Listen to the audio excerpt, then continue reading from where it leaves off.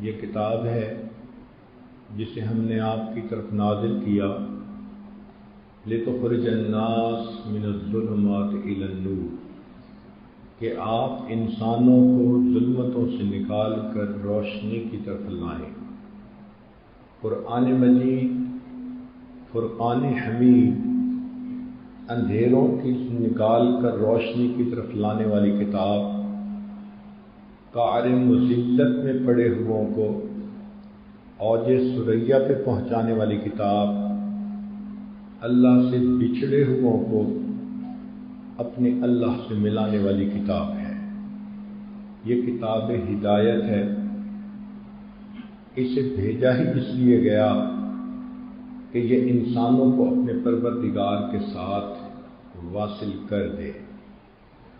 یہ کتاب حقیقتوں کا مجموعہ، یہ سچائیوں سے بھری ہوئی کتاب، ultimate realities of the universe. اللہ رب العزت نے کائنات کی صداقتوں کو اس کتاب کے اندر اکٹھا فرما دیا۔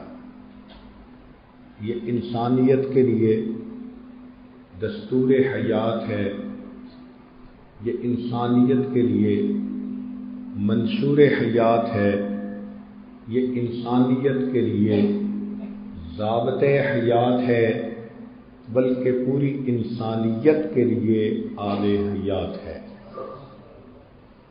آپ نے لوہے کو کھینچنے والا مقناطیس دیکھا ہوگا، جہاں بھی ہو وہ لوہے کو اپنی طرف کھینچتا ہے۔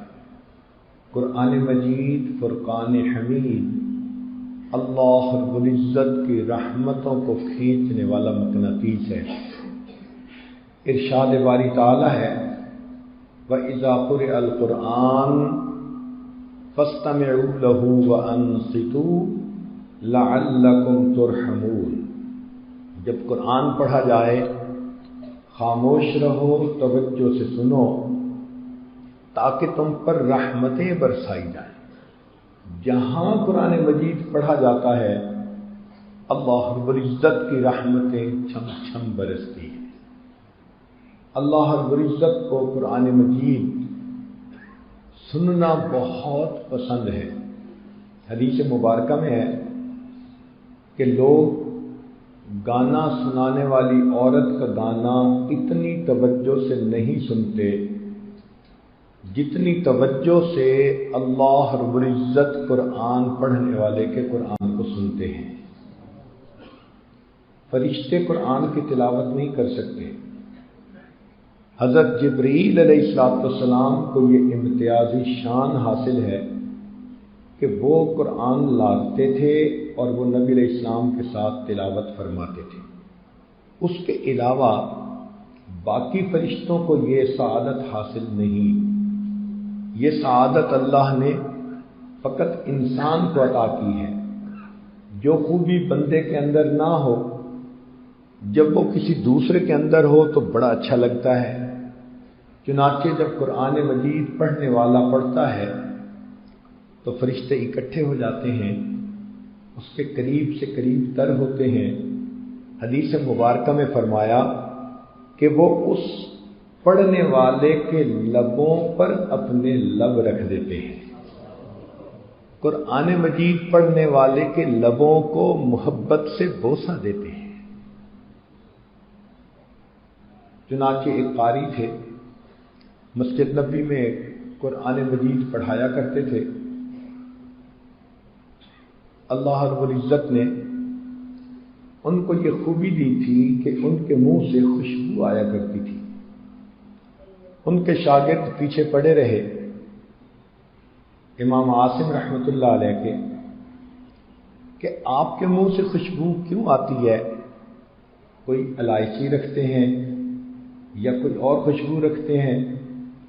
وہ بتلاتے کہ میں تو منہ میں کوئی چیز بھی نہیں ڈالتا۔ شاگرد پوچھتے کہ حضرت آخر یہ خوشبو کیسے آتی ہے؟ تو بالآخر انہوں نے ایک دن راز کھولا۔ فرمانے لگے میں سویا ہوا تھا، خواب میں نبی علیہ السلام کا دیدار نصیب ہوا فرمایا عاصم تم میری مسجد میں قرآن پڑھاتے ہو، لاؤ میں تمہارے لبوں کو بوسہ دوں۔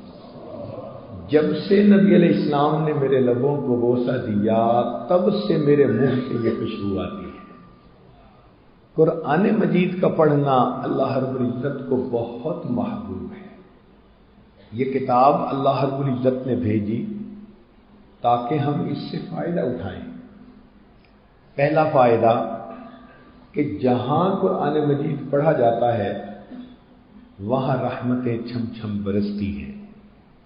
جن گھروں میں پڑھا جاتا ہے وہ آسمان والوں کے نزدیک اس طرح نور سے چمکتے ہیں جیسے زمین والوں کے نزدیک آسمان کے اوپر ستارے چمک رہے ہوتے ہیں۔ تو ہم اپنے گھروں کو قرآن مجید کے پڑھنے سے منور کریں تاکہ ہمارے گھر پر رحمت کی بارش برسے۔ نبی علیہ السلام نے ارشاد فرمایا تبرک بالقرآن فإنہ کلام اللہ، تم قرآن سے برکت حاصل کرو کہ یہ اللہ رب العزت کا کلام ہے، یہ ایک بابرکت ذات کا کلام ہے۔ تبارک الذی بیدہ الملک، برکت والی ہے وہ ذات جس کے ہاتھ میں ہے ملک۔ تبارک اسم ربک، برکت والا نام ہے تمہارے رب کا۔ تو جس کا نام بھی برکت والا، جس کی ذات بھی برکت والی، اس کا یہ کلام بھی برکت والا کلام ہے۔ جو پڑھے گا اس کی زندگی میں برکتیں آئیں گی۔ آج قرآن مجید کو اگنور کرنے کی وجہ سے عام مسلمان کی زندگی سے برکتیں نکل چکی ہیں۔ جتنے گھر کے لوگ ہیں اتنے کماتے ہیں، خرچے پورے نہیں ہوتے۔ لنگوٹ کس کس کے میدان میں اترتے ہیں کہ پریشانیوں کو ختم کریں گے، پریشانیاں ختم نہیں ہوتی۔ رزق میں برکت نہیں، وقت میں برکت نہیں، قوت یاداشت میں برکت نہیں، عزت میں برکت نہیں۔ یہ بے برکتی اصل میں قرآن مجید کے زندگیوں میں سے نکل جانے کی وجہ سے ہے۔ آج کل جن گھروں میں باقاعدگی سے اخبار پڑھا جاتا ہے ان مسلمان گھروں میں بھی قرآن باقاعدگی سے پڑھنے والا کوئی نہیں ہوتا۔ یہ کتنی عجیب بات ہے کہ خزانہ برکتوں کا ہمارے پاس موجود ہے اور ہم عاملوں کے پیچھے تعویذوں کے لیے بھاگتے پھر رہے ہوتے ہیں۔ ذرا سوچنے کی بات ہے، یہ قرآن مجید اللہ رب العزت نے بھیجا ہی اسی لیے ہے، ہم اس سے اپنی زندگیوں کو بابرکت بنا لیں۔ قرآن مجید کی محبت کا سب سے ادنا اجر یہ ہے کہ انسان کا ایمان محفوظ رہتا ہے۔ ایک واقعہ سنائیں۔ ایک نوجوان انجینئر تھا، شائننگ اسٹوڈنٹ تھا۔ اس نے تعلیم حاصل کرنے کے بعد بیرون ملک میں جاب کے لیے اپلائی کیا تو اسے اچھی جاب مل گئی۔ چنانچہ ایک سافٹ ویئر کمپنی میں اس نے جاب کر لی۔ جب وہاں وہ جاب کر رہا تھا تو اسی کی کمپنی میں ایک اور انجینئر لڑکی بھی تھی جو کلیگ تھی، وہ بھی جاب کر رہی تھی۔ اب کام کے دوران چونکہ ان کو بہت ایک دوسرے کے ساتھ انٹریکٹ کرنا پڑتا تھا تو طبیعتیں ایک دوسرے کی طرف مائل ہوئی، آپس میں انوالو ہو گئے۔ یہ چاہتا تھا نوجوان کہ اگر اس حور پری سے میری شادی ہو جائے تو کیا بات ہے۔ جب اس نے پرپوز کیا تو اس لڑکی کے والدین بہت کٹر عیسائی تھے۔ انہوں نے پہلے تو انکار کر دیا کہ ہم کسی مسلمان سے اپنی بیٹی کی شادی نہیں کر سکتے۔ یہ نوجوان اس کی جدائی برداشت نہیں کر سکتا تھا۔ اس نے اس کو کہا کہ اپنے ماں باپ سے پوچھو جن شرائط پہ وہ شادی کر سکتے ہیں میں ان کو ماننے کے لیے تیار ہوں۔ ذرا غور کیجئے، اس کے ماں باپ نے 4 شرطیں لگائیں۔ پہلی شرط یہ کہ آج کے بعد تم وطن اپنے ملک میں واپس کبھی بھی نہیں جاؤ گے۔ اس نے تسلیم کر لیا۔ دوسری شرط، شادی کے بعد تم اپنے والدین، عزیز رشتہ داروں سے کوئی بھی تعلق نہیں رکھو گے۔ اس نے اس کو بھی قبول کر لیا۔ تیسری شرط کہ یہاں جو تمہارے مسلمان دوست ہیں تم ان سے بھی قطع تعلقی کر کے کسی دوسری ریاست میں موو کر جاؤ گے اور مسلمان تمہارا دوست کوئی نہیں ہوگا۔ اس نے اس کو بھی قبول کر لیا۔ چوتھی شرط کہ تم لڑکی کے والدین کے گھر کے قریب اپنا گھر لے کر رہو گے اور کبھی کبھی ان کے ساتھ تم سنڈے کے دن چرچ میں بھی جایا کرو گے۔ اس نے اس شرط کو بھی قبول کر لیا۔ اس سے اندازہ لگائیے کتنا جنون تھا اس کے دماغ میں اس لڑکی سے شادی کرنے کا۔ اتنی بھاری قیمت اس نے ادا کر دی کہ کسی طرح یہ لڑکی میری بیوی بن جائے۔ شادی ہو گئی۔ شادی سے پہلے وہ اچانک جس جگہ پر رہتا تھا وہاں سے ڈس اپیئر ہو گیا۔ نہ کسی دوست کو پتا کہاں، نہ کسی کو معلوم۔ لوگ حیران، آسمان نے اٹھا لیا، زمین اس کو نگل گئی، ہوا تو کیا ہوا؟ والدین سے رابطہ کیا، انہوں نے کہا کہ ہمیں بھی کوئی اطلاع نہیں۔ حتیٰ کہ گھر میں تو یوں سمجھیے کہ جیسے ماتم ہوتا ہے اس کی وفات کا غم منایا گیا۔ دوست احباب بھی پریشان، مگر وہ تو بالکل گم ہی ہو گیا۔ اور وہ ملک اتنا بڑا ملک کہ وہاں پہ ایک ریاست سے دوسری طرف کی ریاست میں جا کر رہو تو کسی کو پتہ بھی نہیں چلتا کون کہاں ہے۔ چنانچہ 2 سال یہ بندہ اسی طرح گم رہا اور اپنی زندگی بیوی کے ساتھ گزارتا رہا۔ کیا ہوا؟ ایک دن یہ اپنی پہلی جگہ پر واپس آیا اور جس مسجد میں یہ نماز پڑھتا تھا فجر کی نماز کے وقت بیٹھا وہاں وضو کر رہا ہے۔ امام صاحب نے دیکھا تو انہوں نے کہا کہ مجھے اپنی آنکھوں پہ یقین نہیں آ رہا کہ تم کہاں سے برآمد ہو گئے۔ اس نے کہا نماز کے بعد میں بات سناؤں گا۔ نماز ادا کی، امام صاحب اس کو الگ کمرے میں لے گئے، پوچھا کہ تمہارے ساتھ کیا معاملہ پیش آیا؟ تب اس نوجوان نے بتایا کہ میں اس لڑکی کی محبت میں اس قدر پاگل ہو گیا تھا کہ میں نے ان کی یہ تمام شرائط مان لی اور میں اس کے ساتھ زندگی گزارنے لگا۔ نہ میں نماز پڑھتا تھا، نہ کوئی اور نیکی کا کام کرتا تھا۔ ہاں ایک عمل میری زندگی میں تھا، وہ یہ کہ گھر کے لاؤنج میں کچھ کتابیں رکھی ہوئی تھیں، ان میں سبز جلد میں قرآن مجید تھا۔ میں جب دفتر جاتا تو بھی نظر ڈالتا کہ یہ میرے اللہ کا کلام، واپس آتا تو بھی نظر ڈالتا، اور میں اپنے دل میں کہتا تو نفس کا غلام ہے، تو نفس کا بندہ ہے، تو نے اس لڑکی کی خاطر اپنا دین، اپنی دنیا سب کچھ ہی قربان کر ڈالی۔ مگر میں محبت کی نظر سے قرآن کو دیکھتا تھا۔ میری زندگی کے 2 سال اسی طرح گزر گئے۔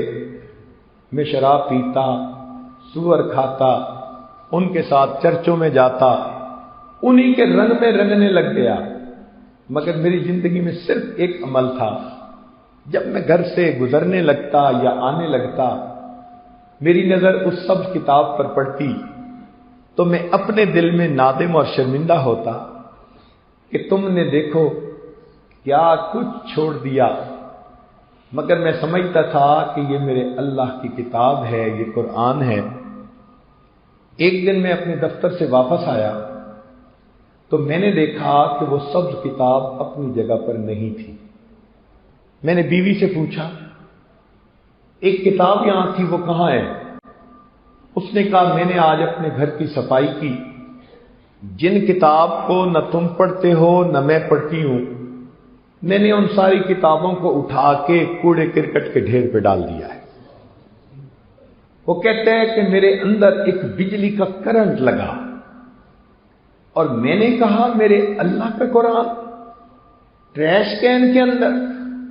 میں اسی وقت بھاگا اور باہر سے جا کے اس قرآن مجید کو اٹھایا، اس کو چوما، سینے سے لگایا۔ وہ کھڑکی میں سے مجھے دیکھ رہی تھی۔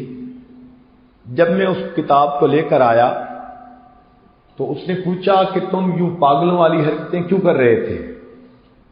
میں نے اسے بتایا کہ یہ قرآن ہے، اللہ کا کلام ہے۔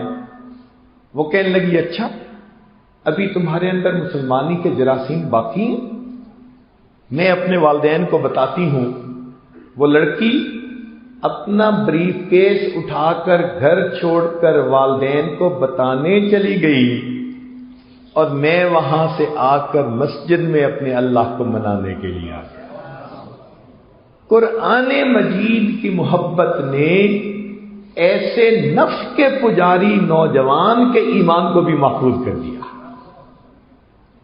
تو سب سے کم درجے کی نعمت یہ ہے کہ انسان کا ایمان محفوظ رہتا ہے۔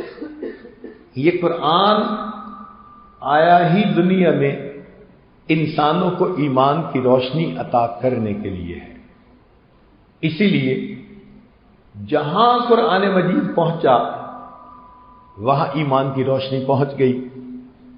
ذرا غور کیجئے گا، نبی علیہ الصلوۃ والسلام مکہ مکرمہ میں ہیں، مدینہ طیبہ کے لوگ عرض کرتے ہیں کہ کوئی معلم ہمارے ساتھ بھیج دیجئے، تو نبی علیہ الصلوۃ والسلام نے مصعب بن عمیر لانو کو مدینہ طیبہ بھیجا۔ وہ وہاں پر گئے، لوگوں کو قرآن سناتے، وہ ایمان لے آتے۔ ابھی صاحب قرآن مدینہ میں نہیں پہنچے، فقط قرآن پہنچا ہے اور قرآن نے وہاں کے لوگوں کی زندگیوں کو بدلنا شروع کر دیا۔ حتیٰ کہ سعد لانو جو قبیلہ کے سردار تھے، انہوں نے اسد بن زرارہ لانو سے کہا کون آ گیا ہے جو ہمارے غریبوں کو ہمارا مخالف بناتا ہے اور اپنے طریقے پر لے کر آتا ہے، جاؤ اور ذرا جا کر اس کو یہاں سے نکال دو۔ وہ آتے ہیں، ان کے سامنے مصعب بن عمیر لانو قرآن پڑھتے ہیں، قرآن سن کر وہ کلمہ پڑھ کر خود بھی مسلمان ہو جاتے ہیں۔ پھر وہ ایک بہانے سے حضرت سعد لانو کو بھیجتے ہیں، وہ بھی غصے میں آتے ہیں، میں اس قبیلے کا سردار ہوں اور تم لوگوں نے یہ کیا طریقہ اختیار کر رکھا ہے، بات کرنی ہے تو مجھ سے بات کرو۔ مصعب بن عمیر لانو نے فرمایا میں تمہارے سامنے کچھ پڑھتا ہوں، اگر تمہیں وہ حق اور سچ لگے تو سچ کو ماننے میں کوئی رکاوٹ نہیں ہونی چاہیے۔ چنانچہ انہوں نے اسی قرآن مجید کی تلاوت کی، جس کو سن کر سعد لانو مسلمان ہوتے ہیں۔ واپس لوٹ کر سارے قبیلے کے مرد عورتوں کو اکٹھا کیا اور ان کے سامنے انہوں نے یہ بات کہی کہ میں اتنے سال سے تمہارے قبیلے کا امیر تھا، میرے کسی کام پر کوئی آبجیکشن ہو نہیں، میری امارت کسی کو نامنظور ہو نہیں۔ فرمانے لگے میں آج کے بعد اس قبیلے کا امیر نہیں بن سکتا۔ لوگ رونے لگ گئے، آپ کیوں نہیں بن سکتے جب ہم چاہتے ہیں؟ فرمان لگے اس لیے کہ میں کلمہ پڑھ کے مسلمان ہو چکا ہوں اور تم لوگ ابھی مسلمان نہیں ہوئے۔ میری شرط یہ ہے یا تو سارے قبیلے کے لوگ اسلام قبول کر لیں تو میں تمہارا امیر رہوں گا، ورنہ میں امارت کو چھوڑ دوں گا۔ شام ہونے سے پہلے قبیلے کے تمام مرد اور عورتیں اسلام سے بہرہ افروز ہو چکے تھے۔ ابھی صاحب قرآن نہیں پہنچے، قرآن زندگیوں کو بدل رہا تھا۔ یہ انقلابی کتاب ہے، زندگیوں کو بدل کے رکھ دیتی ہے۔ عمر رضی اللہ تعالیٰ عنہ جیسے جوان بہادر کہ جو ہاتھ میں تلوار لے کر چل پڑے، کہ مسلمانوں کے پیغمبر علیہ الصلوۃ والسلام کا کام نمٹاتے ہیں، ان کو کس نے بدلا؟ اپنی بہن کے گھر گئے، ایک تھپڑ لگایا، بہن گری، اٹھ کر کھڑی ہوئی، کہنے لگی عمر جس ماں کا دودھ تو نے پیا ہے اسی ماں کا دودھ میں نے پیا ہے، میرے جسم سے جان تو نکال سکتے ہو، میرے دل سے ایمان کو نہیں نکال سکتے۔ عمر کہنے لگے اچھا سناؤ کیا پڑھ رہے تھے؟ چنانچہ ان کے سامنے قرآن مجید کی تلاوت ہوتی ہے، کہتے ہیں کہ اچھا مجھے تم لے چلو، میں بھی کلمہ پڑھ کے مسلمان ہوتا ہوں۔ ابھی نبی علیہ السلام کی خدمت میں نہیں گئے، قرآن نے ان کے دل کو پہلے سے بدل کے رکھ دیا۔ چنانچہ نجاشی کے دربار میں صاحب قرآن تشریف نہیں لے گئے، فقط جعفر بن طیار نانو گئے، ان کے ساتھ اور بھی صحابہ تھے، اور انہوں نے وہاں جا کر قرآن کی تلاوت کی۔ اللہ تعالیٰ نجاشی کو ایمان کی توفیق عطا فرما دیتے ہیں۔ تو قرآن جہاں پہنچا ایمان لانے کا سبب بنتا چلا گیا، اس لیے کہ یہ انقلابی کتاب ہے۔ صحابہ رضوان اسی کو سینے سے لگا کر نکلے، ان کو دنیا داری کا پتہ نہیں تھا۔ بات کیا تھی کہ نہ کیسر و کسرا سے دبے چند وہ لوگ کے اونٹوں کے چرانے والے، جن کو کافور پہ ہوتا تھا نمک کا دھوکا، بن گئے دنیا کی تقدیر بدلنے والے۔ دنیا کی تقدیر کو قرآن نے بدل کے رکھ دیا تھا۔ اتر کر حرا سے سوئے قوم آیا اور ایک نسخہ کیمیا ساتھ لایا، وہ بجلی کا کڑکا تھا یا صوت ہادی، عرب کی زمین جس نے ساری ہلا دی۔ یہ قرآن مجید تھا جس نے عرب کی زمین کو ہلا کے رکھ دیا تھا۔ لوگوں کے دل ایمان سے معمور ہو گئے تھے۔ صحابہ رضوان قرآن مجید کے عاشق تھے۔ ان کے گھروں میں رات کے آخری پہر میں اس طرح بن بناہٹ کی آواز آتی تھی جیسے شہد کے مکھیوں کے بن بناہٹ کی آواز ہوتی ہے۔ وہ قرآن مجید پڑھ رہے ہوتے تھے۔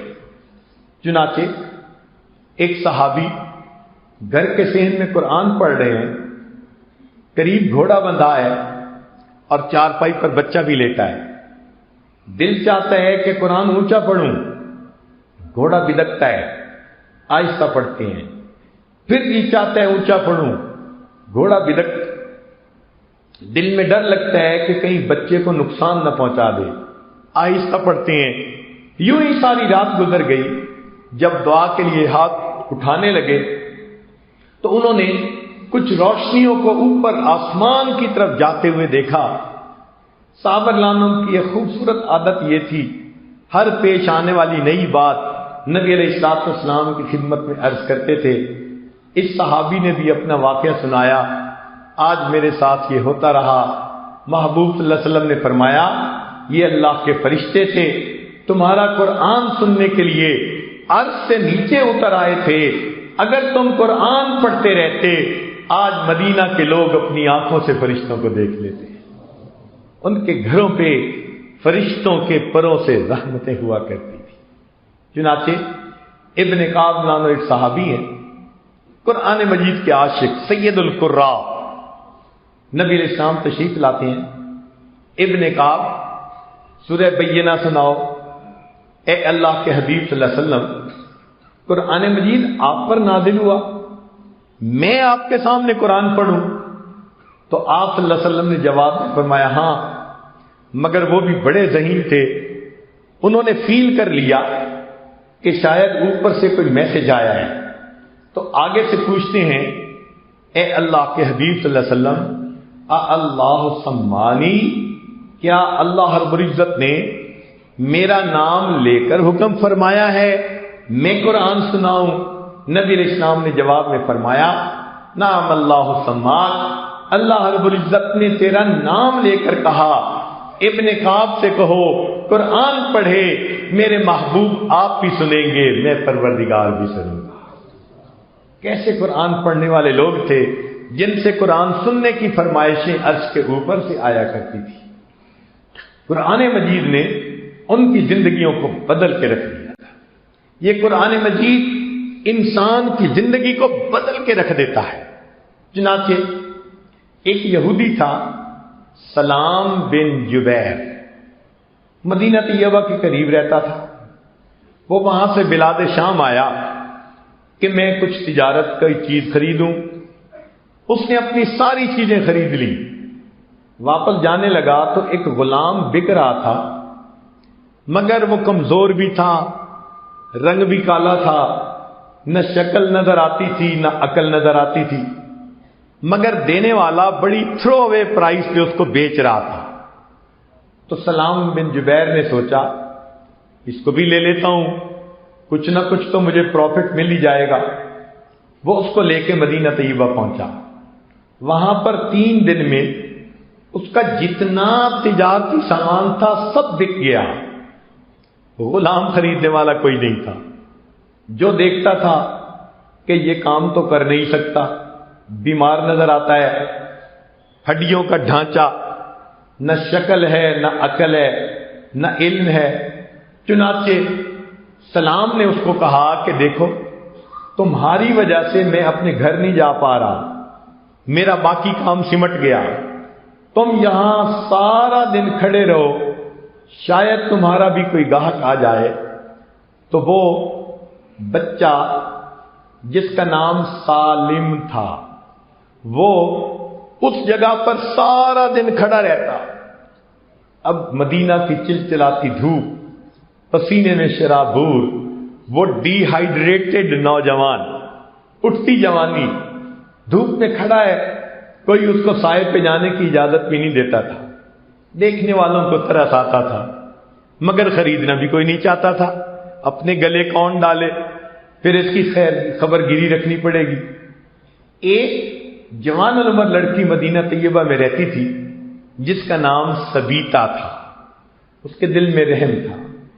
اس نے جب 2 دن دیکھا کہ یہ لڑکا سالم یہاں پر دھوپ میں کھڑا ہوتا ہے، پسینے میں شرابور، رنگ کالا ہو گیا، سورج کی شعاع نے اس کی جلد کو جلا کے رکھ دیا، اس کو پانی پلانے والا کوئی نہیں، قسم پرسی کی حالت میں اس کا غم گسار کوئی نہیں۔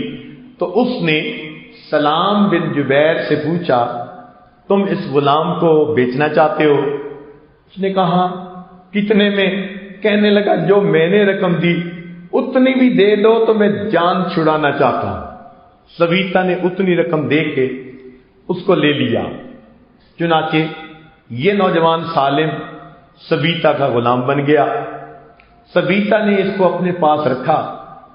تھوڑا عرصہ گزرا تو ایک اور عرب تاجر جو مکہ مکرمہ سے شام آئے تھے وہ اپنے سامان کو لے کر واپس چلے، مدینہ طیبہ ٹھہرے۔ ان کو بھی یہ واقعہ کسی نے سنایا کہ ایک جوان لڑکی اتنی رحم دل، اس نے بچے پہ ترس کھا کے اس کو خرید لیا۔ اس کو یہ بات اچھی لگی، اس نے سبیتا کے گھر نکاح کا پیغام بھیج دیا۔ والدین کو پسند آیا۔ مکہ مکرمہ کا رہنے والا تاجر ہے، باعزت ہے، تو بچی کے لیے اتنے اچھے رشتے کہاں آتے ہیں؟ انہوں نے اپنی بیٹی سبیتا کا نکاح کر دیا۔ اس کا نام تھا ابو حذیفہ۔ وہ کچھ دن تو وہاں رہے، پھر انہوں نے کہا جی مجھے تو مکہ مکرمہ جانا ہے۔ وہ اپنی بیوی سبیتا کو بھی لے کر چلے۔ یہ سالم چونکہ سبیتا کا غلام تھا یہ بھی چل پڑا۔ مکہ مکرمہ پہنچے تو وہاں جا کر ابو حذیفہ نے ایک تبدیلی محسوس کی۔ اس کے دوستوں میں ایک دوست تھے جن کا نام تھا عثمان ابن عفان۔ وہ اس سے ملے تو صحیح مگر بڑے سرد مہری کے ساتھ انہوں نے کولڈ کارنر دیا ان کو۔ وہ جو گرم جوشی پہلے ہوتی تھی وہ نہیں تھی۔ ابو حذیفہ بڑے پریشان، عثمان بات کیا ہے؟ ہم تو ایک دوسرے کے بڑے قریبی دوست تھے، بدلے بدلے میرے سرکار نظر آتے ہیں۔ تو عثمان ابن عفان نے جواب دیا کہ وجہ یہ ہے کہ میں کلمہ پڑھ کے مسلمان ہو چکا ہوں اور تم ابھی مسلمان نہیں ہوئے، تو میری اور تمہاری یہ دوستی کیسے آگے چلے گی؟ اس نے کہا کہ اچھا کیسے مسلمان ہوئے؟ کہ نبی علیہ السلام کی خدمت میں ابو حذیفہ نے کہا مجھے بھی لے چلو. نبی علیہ السلام کی خدمت میں آتے ہیں. اللہ کے نبی علیہ السلام ان کے سامنے قرآن کی تلاوت کرتے ہیں. ابو حذیفہ کلمہ پڑھ کر مسلمان ہو جاتے ہیں. گھر آ کر بتایا تو اس کی بیوی سبیتا بھی کلمہ پڑھ کے مسلمان ہو جاتی ہے. اب غلام نے جب یہ سنا اس نے بھی کلمہ پڑھا تو یہ پورا گھرانہ مسلمان ہو جاتا ہے. چند دن کے بعد نبی علیہ السلام نے عورتوں سے نصیحت کی کوئی بات کی. اس میں فرمایا کہ جو اپنے غلام کو آزاد کرے گا اللہ تعالیٰ اس کو اتنا اجر عطا کرے گا. سبیتا گھر آئی. اس نے آ کر اپنے غلام کو کہا کہ میری طرف سے تو آزاد ہے. سالم رونے لگ گئے. میری ماں نہیں، باپ نہیں، میں یہاں پردیسی ہوں، آپ بھی مجھے چھوڑ دیں گی تو میرا کیا بنے گا؟ ابو حذیفہ نے کہا کوئی بات نہیں، میں تمہیں اپنا بیٹا بنا لیتا ہوں. چنانچہ ان کا نام پڑا سالم مولا ابو حذیفہ. اب یہ چھوٹا بچہ جس کی دنیا کے اندر کوئی قیمت نہیں تھی، اہمیت نہیں تھی، شکل اچھی نہیں تھی، عقل اچھی نہیں تھی، دنیا اس کو گری پڑی چیز کا درجہ دیتی تھی، یہ نوجوان نبی علیہ السلام کی خدمت میں آنے لگا اور اس نے قرآن سیکھنا شروع کر دیا. قرآن یوں عزتیں دیتا ہے کہ اللہ رب العزت نے اس سالم کی زبان پہ قرآن کو ایسا جاری کیا. یہ اتنا خوبصورت قرآن پڑھتے تھے. ایک مرتبہ نبی علیہ السلام نے اسے پڑھتے سنا. فرمایا سب تعریفیں ہیں اس ذات کی جس نے میری امت میں ایسے قرآن پڑھنے والے پیدا فرما دیے. یہ نبی علیہ السلام کے کومنٹس ہیں اس نوجوان کے بارے میں. سبحان اللہ. چنانچہ جب مدینہ طیبہ ہجرت ہوئی تو چند صحابہ پہلے ہجرت کر کے آ گئے تھے. عمر لانو بھی ان میں تھے اور ان میں یہ سالم مولا ابو حذیفہ بھی تھے. جب یہ لوگ قباء میں آئے تو وہاں نماز پڑھتے تھے. نماز کی امامت کے لیے لوگوں نے سالم مولا ابو حذیفہ کو چنا. چنانچہ سالم امامت کرواتا تھا اور ان کے مقتدیوں میں عمر بن الخطاب رضی اللہ عنہ تھے. مکہ مدینہ طیبہ کے یہودیوں کو اپنی آنکھوں پہ یقین نہیں آتا تھا. یہ وہی لڑکا ہے جو 24 گھنٹے دھوپ پہ کھڑا رہتا تھا، جو سارا دن دھوپ پہ کھڑا رہتا تھا، اسے خریدنے والا کوئی نہیں تھا. آج اس بچے کو عزت ملی، امامت کے مصلی پر کھڑا ہے اور اس کی اقتداء میں عمر فاروق رضی اللہ تعالیٰ عنہ بھی نماز ادا فرما رہے ہیں. نبی علیہ السلام نے ایک مرتبہ سالم کو دیکھا. فرمایا سالم کا دل اللہ کی محبت سے پورا کا پورا بھرا ہوا ہے. صحابہ ان کا اکرام کرتے تھے. اللہ نے سالم کو پھر وہ عزت دی. کتابوں میں لکھا ہے عمر الخطاب لانو کی شہادت کا وقت ہے. آخری وقت میں ایک ٹھنڈی سانس لیتے ہیں. فرماتے ہیں کاش سالم زندہ ہوتا. کسی نے کہا کیوں؟ فرمانے لگے کہ مجھے پھر اور خلیفہ بنانے کے لیے کسی اور کے نام لینے کی ضرورت نہیں. اور پھر ساتھ یہ بھی کہا اگر قیامت کے دن عمر بن خطاب سے پوچھا جاتا تم نے سالم کو خلیفہ کیوں بنایا تو میں اللہ رب العزت کے سامنے جواب دیتا اللہ میں نے آپ کے سچے پیغمبر اسلام کی سچی زبان سے یہ سنا.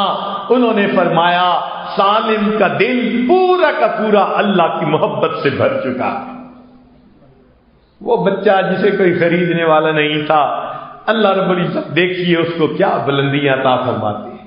قرآن مجید دنیا میں آیا ہی اسی لیے ہے یہ گرے پڑوں کو اٹھا دے، کار مذلت میں پڑے ہوئوں کو اوج ثریا پہ پہنچا دے. عمر لانو کا اپنا واقعہ ہے. اپنے دور خلافت میں مکہ مکرمہ کی طرف جا رہے ہیں، پیچھے فوج بھی ہے. ایک جگہ پہاڑی پر ٹرن لیتے ہوئے رک گئے اور نیچے ویلی میں دیکھنا شروع کر دیا. لوگوں نے کہا حضرت آپ کے کھڑے ہونے کی وجہ سے پیچھے اتنے لوگ چلچلاتی دھوپ میں کھڑے ہیں، پسینہ ہے، کھڑا ہونا مشکل ہو گیا۔ عمر رضی اللہ عنہ فرماتے ہیں میں اس وادی کو دیکھ رہا ہوں جہاں اسلام لانے سے پہلے میں اپنے اونٹ چرانے آیا کرتا تھا، مگر اونٹ چرانے کا مجھے سلیقہ نہیں آتا تھا، میرے اونٹ خالی پیٹ جاتے، میرا والد خطاب مجھے کوستا تھا، ڈانٹتا تھا، کہتا تھا عمر تو کیسی اچھی زندگی گزارے گا، تجھے اونٹ چرانے بھی نہیں آتے۔ میں اپنے اس وقت کو یاد کر رہا ہوں اور آج اس وقت کو دیکھ رہا ہوں جب اسلام اور قرآن کے صدقے اللہ نے عمر کو امیر المؤمنین بنا دیا۔ جن کو اونٹ چرانے نہیں آتے تھے، یہ قرآن ان کو بھی امیر المؤمنین بنا دیتا ہے۔ اس لیے عثمان غنی اللہ عنہ فرماتے تھے ان اللہ یرفع بہذا الکتاب اقواما، اللہ تعالیٰ اس کتاب کے ذریعے قوموں کو بلندی عطا فرما دیتے ہیں۔ اس کتاب کی ایک اور خوبی کہ یہ انسانوں کے دل کے لیے روح کی مانند ہے۔ یاد رکھیے ایک ہمارے جسم کی روح ہے، وہ بھی اللہ کا امر ہے، یسألونک عن الروح قل الروح من امر ربی، جب وہ روح آتی ہے جسم زندہ ہو جاتا ہے، روح نکل جاتی ہے، جسم بے جان ہو جاتا ہے۔ بالکل اسی طرح ایک ہمارے دل کی بھی روح ہے، اس دل کی روح کا نام قرآن عظیم الشان ہے۔ اللہ تعالیٰ فرماتے ہیں وَكَذَلِكَ أَوْحَيْنَا إِلَيْكَ رُوحًا مِّنْ أَمْرِنَا، قرآن کو اللہ نے روح فرمایا، یہ دلوں کی روح ہے۔ جس بندے کی زندگی میں قرآن کی تعلیمات آتی ہیں، یہ قرآن اس کے دل کو زندہ کر دیتا ہے، وہ زندہ دل والا انسان ہوتا ہے۔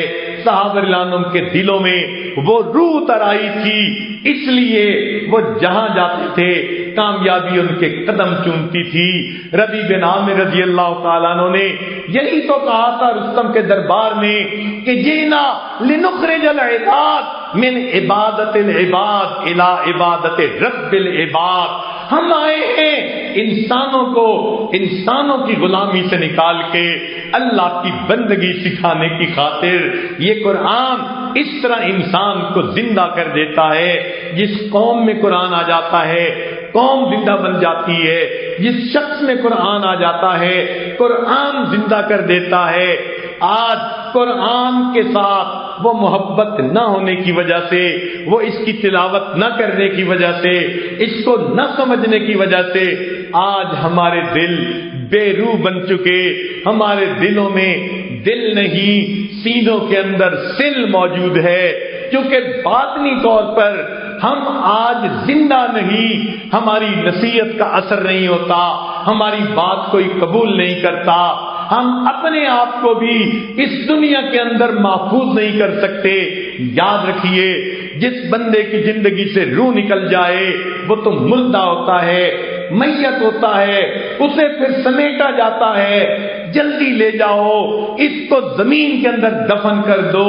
دفن کرنے والوں سے لوگ خوش ہوتے ہیں، ورنہ اس میں تعفن پھیلتا۔ آج قرآن مجید کے بغیر ہم باطنی طور پر مردہ بن گئے۔ آج دیکھو ہم مسلمانوں کا کیا ذلت کا حال ہو چکا ہے، اس لیے کہ میت بن گئے، مردہ بن گئے۔ اگر ہم چاہتے ہیں ہمیں زندگی نصیب ہو تو ہمیں چاہیے ہم قرآن مجید کو پھر اپنی زندگیوں میں لاگو کریں، اس کو پڑھیں، اس کی تعلیمات کو اپنی زندگیوں میں لاگو کریں۔ پھر دیکھیے اللہ رب العزت جس طرح قرآن معزز ہے اسی طرح ہمیں بھی عزتوں سے نوازیں گے۔ کہنے والے نے یہی تو کہا تھا، ہر لہجہ ہے مومن کی نئی آن نئی شان، کردار میں گفتار میں اللہ کی برہان۔ یہ بات کسی کو نہیں معلوم کہ مومن قاری نظر آتا ہے، حقیقت میں ہے قرآن۔ جب یہ قرآن کو اپنے سینے سے لگا لیتا ہے تو پھر قرآن کی طرح معزز بن جاتا ہے، جہاں جاتا ہے عزتوں کے دروازے کھولتے ہیں۔ وہ زمانے میں معزز سے مسلمان ہو کر ہم ہوئے خار، تارک قرآن ہو کر ہم نے قرآن کو اپنی زندگیوں سے نکال دیا۔ صرف ایک برکت کی کتاب طاقتوں کے اندر سجا کر رکھ دی، خوشبوئیں لگا دی۔ یہ قرآن یاد آتا ہے جب نکاح پڑھنا ہو، جب قسم اٹھانی ہو، جب یقین دہانی کروانی ہو۔ قرآن ہمیں آگے پیچھے یاد نہیں آتا۔ زندگی ہماری من مرضی کی ہے تو پھر اس کی برکتیں کیسے ہوں گی؟ چنانچہ فرمایا تبرک بالقرآن فإنہ کلام اللہ، قرآن کے ذریعے برکت پاؤ، یہ اللہ رب العزت کا کلام ہے۔ عجیب بات ہے، یہ برکتوں کا خزانہ آج ہمارے گھروں میں موجود ہے، ہمیں چند منٹ نہیں ملتے ہم اس کی تلاوت کر سکیں۔ کتنے گھرانے ایسے ہیں گھر میں سے ایک بندہ بھی روزانہ اس کی تلاوت کرنے والا نہیں ہوتا۔ یہ قرآن مظلوم کتاب ہے، ہمارے گھروں میں ہے، ہمیں چاہیے ہم اس کے ساتھ تعلق کو جوڑیں۔ اسی لیے قرآن مجید قیامت کے دن اپنے حق کے بارے میں جھگڑا کرے گا۔ اللہ آپ نے مجھے ان لوگوں کے پاس بھیجا تھا، ان کے پاس کتابیں پڑھنے کا وقت تھا، انگریزی پڑھنے کا وقت تھا، نیوز پیپر پڑھنے کا وقت تھا، ٹی وی پہ نیوز سننے کا وقت تھا، دوستوں کے ساتھ سیل فون پہ گھنٹوں بات چیت کرنے کا وقت تھا۔ اللہ ان کے پاس مجھے پڑھنے کا وقت نہیں تھا۔ یہ دن میں ایک مرتبہ مجھ سے حال بھی نہیں پوچھا کرتے تھے۔ اس وقت اللہ کے نبی بھی فرمائیں گے وقال الرسول یا ربی ان قوم اتخذوا ھذا القرآن مہجورا۔ سوچئے پھر ہمارا کیا بنے گا۔ آج وقت ہے ہم اپنی غلطی کو تسلیم کر کے اس قرآن کو پڑھنے، سمجھنے، زندگیوں میں لاگو کرنے کی نیت کر لیں۔ اللہ تعالیٰ آج بھی ہمیں باطنی طور پر زندہ فرما دیں گے اور ہمیں عزتوں کی زندگی عطا فرما دیں گے۔ مگر آپ اگر کسی ڈاکٹر سے گولیاں لکھوا لیں، گھر میں لا کے رکھ لیں، کھائیں نہیں، وہ گولیاں فائدہ نہیں دیتی۔ بالکل اسی طرح قرآن کو گھر میں لا کے رکھ لیا جائے، پڑھا نہ جائے، عمل نہ کیا جائے، اس کی برکتوں سے فائدہ نہیں ہوتا۔ اگر کوئی چاہے میں قرآن مجید کی برکتوں سے فائدہ اٹھا لوں تو ہمیں چاہیے قرآن مجید کو نصب العین بنا لیں، اپنی زندگی کا مقصد بنا لیں، اس قرآن کو پڑھیں۔ قرآن مجید میں جو کہا گیا یا یحییٰ خذ الکتاب بقوہ، اس کا مطلب یہ نہیں کہ ہاتھ سے مضبوطی سے پکڑو بلکہ اس کی تعلیمات کو لاگو کر لو۔ آج ہم اپنے نفس کو مخاطب کر کے کہیں یا یحییٰ خذ الکتاب بقوہ، اس کتاب کو مضبوطی سے پکڑ لو، پھر دیکھو اللہ کیسے عزتوں سے نوازتے ہیں۔ اب آخر میں ایک واقعہ سن لیجئے تاکہ بات اور زیادہ واضح ہو جائے۔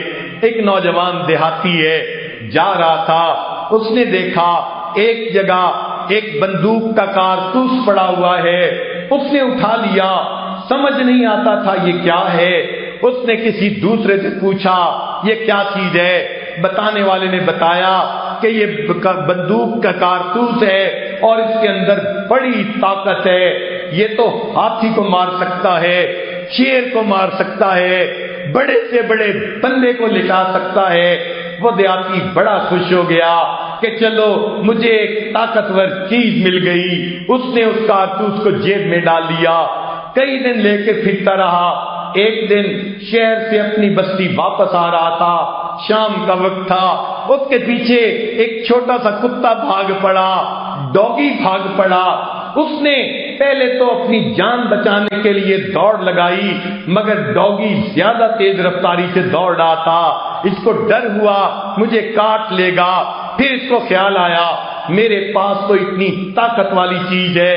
اس نے اپنے جیب سے کارتوس نکالا اور اس کتے کی طرف پھینکا۔ وہ کتے کو لگا تو صحیح مگر کتے نے رکنا کیا تھا اور اس کی طرف آ چڑھا تو یہ درپٹ دوڑا، جان بچا کے مشکل سے اپنی بستی میں پہنچا۔ آگے وہی بندہ مل گیا جس نے کہا تھا کہ یہ تو بڑی طاقتور چیز ہے، ہاتھی کو لٹا دیتی ہے، شیر کو مار دیتی ہے۔ اس نے اپنا پسینہ پوچھا اور اس کے بندے کو کہا یار آپ نے مجھے بڑا مس گائیڈ کیا۔ کیوں؟ اس لیے کہ آپ نے تو کہا تھا یہ بڑی طاقت والی چیز ہے، میں نے کتے کو ماری، کتے کتے کو اثر نہیں ہوا، یہ ہاتھی کو کیا لٹائے گا؟ اس وقت اس بندے نے سمجھایا اللہ کے بندے یہ واقعی طاقت والی چیز ہے، لیکن اس کی طاقت ایسے نہیں ظاہر ہوتی، اس کے لیے ایک چیز ہے جس کو بندوق کہتے ہیں، اگر یہ کارتوس اس بندوق کے اندر ڈال دیا جائے اور پھر فائر کیا جائے تب اس کی طاقت ظاہر ہوتی ہے، پھر یہ ہاتھی کو لٹا دیتا ہے۔ بالکل یہی مثال ہے، یہ قرآن مجید طاقتور کارتوس کی مانند ہے، لیکن اس کی طاقت گھر میں رکھنے سے ظاہر نہیں ہوتی، اس کی طاقت تب ظاہر ہوگی جب یہ 6 فٹ کی بندوق جو جسم کی ہے ہم اس میں اس کو لاگو کریں، پھر اس کے بعد تہجد کا وقت ہوگا، یہ صاحب قرآن اللہ کے سامنے ہاتھ اٹھائے گا، قرآن کی طاقت ظاہر ہوگی۔ اللہ دنیا کا نقشہ بدل کے رکھ دیا کرتے ہیں۔ آج اللہ تعالی ہمیں قرآن مجید کے ساتھ وہ والہانہ محبت عطا فرما دے۔ ہمارے حضرت رحمت اللہ علیہ فرماتے تھے تیرے ہاتھ میں ہو قرآن اور تو دنیا میں رہے پریشان،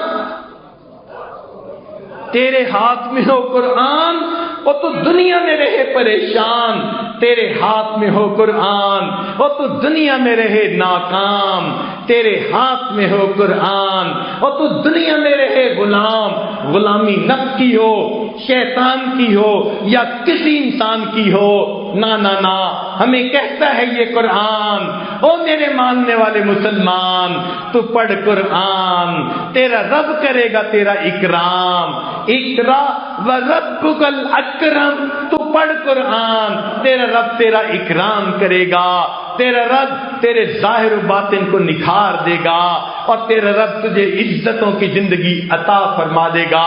اللہ تعالی ہمیں عزتوں بھری زندگی نصیب فرمائے۔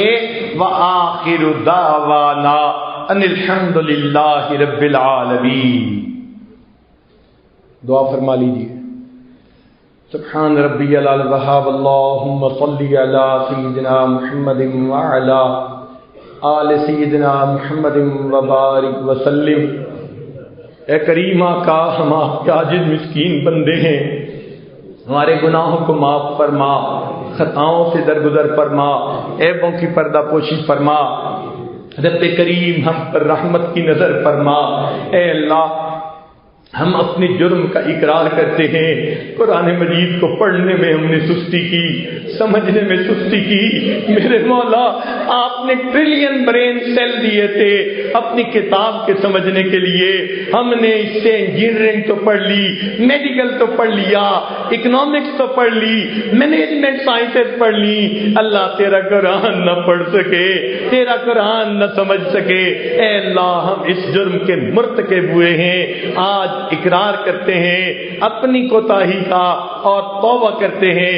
اے اللہ، نیت اور ارادہ کرتے ہیں آئندہ ہم قرآن مجید کو پڑھیں گے، سمجھیں گے، اس کی تعلیمات کے مطابق زندگی گزارنے کی کوشش کریں گے۔ اللہ قرآن کی برکتیں عطا فرما دیجیے، قرآن کی رحمتیں عطا فرما دیجیے۔ اللہ قرآن کو ہمارے دلوں کی بہار بنا دیجیے، دن اور رات کے مختلف حصوں میں اس کو پڑھنے کی توفیق عطا فرمائیے۔